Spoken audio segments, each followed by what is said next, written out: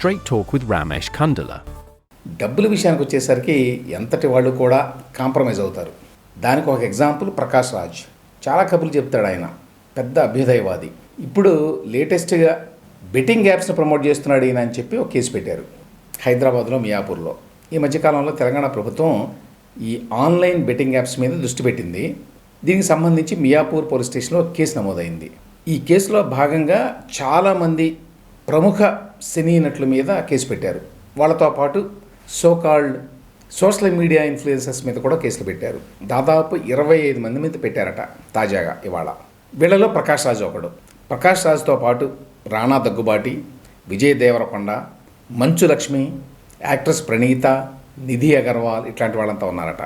ఇక social media ఇన్ఫ్లుయెన్సర్స్లో Ananya Nagalla, Siri Hanumanthu, Sreemukhi, Varshini Soundararajan, Vasanthi Krishnan, Shobha Shetty, అమృత చౌదరి, నైని పావని, నేహా పఠాన్, పండు, పద్మావతి, ఇమ్రాన్ ఖాన్, విష్ణుప్రియ, హర్షసాయి, బయ్యా Sunny Yadav, anchor Shyamala. Anchor Shyamala అంటే ప్రస్తుతం వైఎస్ఆర్సీపీ అధికార ప్రతినిధి అన్నమాట. అలాగే టేస్టీ తేజ, రీతు చౌదరి, బండారు సుప్రీత, వీళ్ళందరి మీద ఇప్పుడు మియాపూర్ పోలీసులు కేసు పెట్టారు.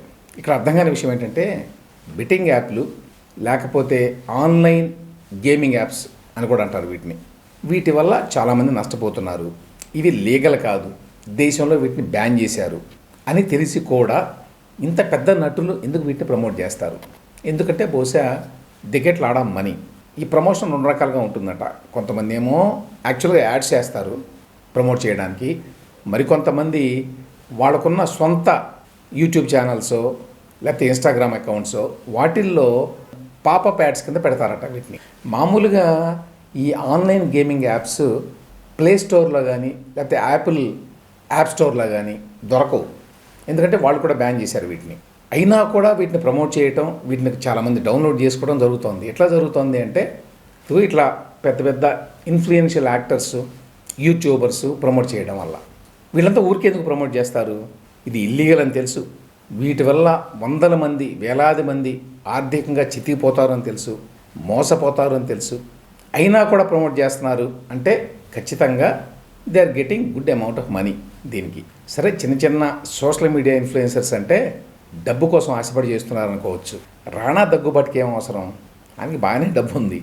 విజయ్ దేవరకొండకి ఏం అవసరం? ఆయన బాగానే సంపాదించాడు. ప్రకాష్ రాజ్ చాలా సీనియర్ యాక్టరు, ఆర్థికంగా బాగానే స్థిరపడ్డాడు. దానికి తోడు పొద్దున్న లేస్తే ట్విట్టర్లో, మీడియాలో అభ్యుదయ వాదనలు చాలా వినిపిస్తాడు. ఇక మంచు లక్ష్మి లాంటి వాళ్ళంతా చాలా మాటకారులు. వీళ్ళందరూ జనానికి చాలా నీతులు చెప్తారు కదా.